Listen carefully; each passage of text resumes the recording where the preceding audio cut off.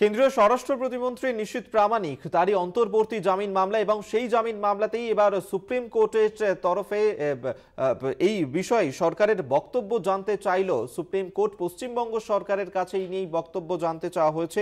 কেন্দ্রীয় স্বরাষ্ট্র প্রতিমন্ত্রী নিশীথ প্রামাণিকের বিরুদ্ধেই যে মামলা করা হয়েছিল এবং সেই মামলাতেই যে অভিযোগ করা হয়েছিল যে নিশীথ প্রামাণিকের বিরুদ্ধে খুনের চেষ্টার অভিযোগে সেই মামলা করা হয় এবং তারই প্রেক্ষিতে এবার সুপ্রিম কোর্ট বক্তব্য চাইল পশ্চিমবঙ্গ সরকারের।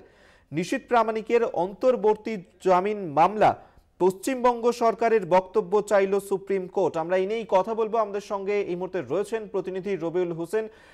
রবিউল, নিশীথ প্রামাণিক তার বিরুদ্ধে খুনের চেষ্টার অভিযোগে মামলা করা হয়েছিল এবং সেই মামলাতেই এবার সুপ্রিম কোর্টের তরফ থেকে রাজ্য সরকারের কাছে বক্তব্য জানতে চাওয়া হলো, কি বলা হয়েছে?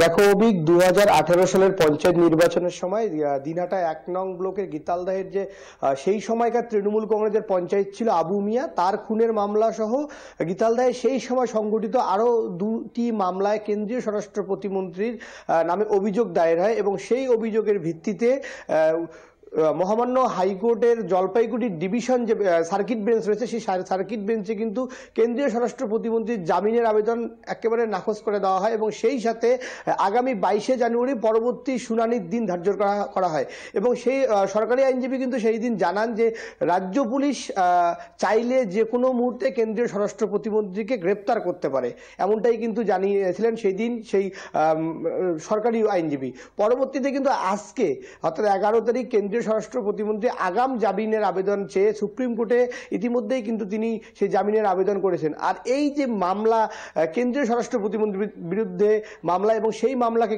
কেন্দ্র করে ইতিমধ্যেই কিন্তু একেবারেই কোচবিহার সহ গোটা উত্তরবঙ্গের এমনকি গোটা দেশের রাজনীতি কিন্তু অনেকটাই উত্তাল বলতে গেলে, কারণ যার বিরুদ্ধে খুনের অভিযোগ এবং যার বিরুদ্ধে জামিন পরোয়ানা নাকচ করে দিয়েছে হাইকোর্ট, তিনি কিন্তু আর কেউ নন, কেন্দ্রীয় স্বরাষ্ট্র প্রতিমন্ত্রী নিশীথ প্রামাণিক। এবং এই যে সামনে যেহেতু লোকসভা নির্বাচন রয়েছে, সেই লোকসভা নির্বাচনের আগে এইরকম একটি বলতে গেলে সুযোগ, তৃণমূল কংগ্রেসের কাছে একটা সুযোগ, তারা এই সুযোগকে কোনোভাবে হাতছাড়া করতে একেবারেই তারা কিন্তু চাচ্ছেন না। তারা একেবারেই মরিয়া হয়ে আন্দোলনে নেমেছেন। ইতিমধ্যেই উত্তরবঙ্গ উন্নয়ন দপ্তরের মন্ত্রী উদয়ন গুহ থেকে শুরু করে অপরদিকে তৃণমূলের যারা নেতৃত্ব রয়েছেন সকলে কিন্তু পথে নেমে কিন্তু আন্দোলন শুরু করেছেন। আমরা দেখেছিলাম এর আগে দিনহাটা থানার সামনে কিন্তু তৃণমূল কংগ্রেসের ধর্ণা অভিযান এবং থানা ঘেরাও অভিযান হয়েছিল এবং অপরদিকে কিন্তু তৃণমূল কংগ্রেস আরও জানিয়েছিল তারা বুথ স্তরের থেকে শুরু করে গ্রামীণ স্তরে অভিযান চালাবে, আন্দোলন চালাবে যাতে কেন্দ্রীয় স্বরাষ্ট্র প্রতিমন্ত্রী গ্রেপ্তার হয়। কিন্তু সব মিলিয়ে বলতে গেলে আজকের যখন কেন্দ্রীয় স্বরাষ্ট্র প্রতিমন্ত্রী সুপ্রিম কোর্টে কিন্তু তার আইনজীবী আগাম জামিনের জন্য আবেদন করলেন এবং একই সাথে কিন্তু রাজ্য সরকারের হলফনামা জানতে চাইলেন, তার দ্বারা বোঝা যাচ্ছে যে একেবারে কিন্তু যথেষ্ট গুরুত্বপূর্ণ বিষয়।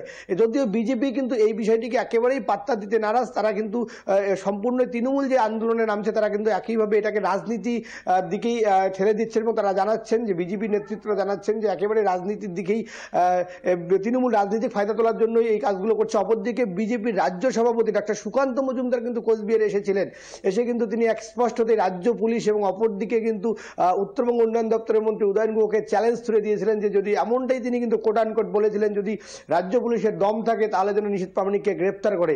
এই যে বলতে গেলে অভিযোগ পাল্টা অভিযোগ, চ্যালেঞ্জ পাল্টা চ্যালেঞ্জ, তার উপরে হাইকোর্টের জামিন আবেদন নাকচ এবং অপরদিকে সুপ্রিম কোর্টে মহামান্য সুপ্রিম কোর্টের কেন্দ্রীয় স্বরাষ্ট্র প্রতিমন্ত্রী আগাম জামিনের আবেদন, সব মিলিয়ে কিন্তু লোকসভা ভোটের আগে এই মুহূর্তে কোচবিহার কার্যত নিশীথ প্রামাণিকের এই কেস নিয়ে একেবারেই উত্তাল রয়েছে। অভিক, বেশ, একেবারেই আপাতত ধন্যবাদ তোমাকে। কোচবিহার থেকে সরাসরি আমাদের সঙ্গে ছিলেন প্রতিনিধি রবিউল ইসলাম, অর্থাৎ কেন্দ্রীয় স্বরাষ্ট্র প্রতিমন্ত্রী নিশীথ প্রামাণিক এবং সেই নিশীথ প্রামাণিকের যে অন্তর্বর্তী জামিন মামলা এবং সেই মামলাতেই এবার পশ্চিমবঙ্গ সরকারের কাছে হলফনামা চাইল সুপ্রিম কোর্ট।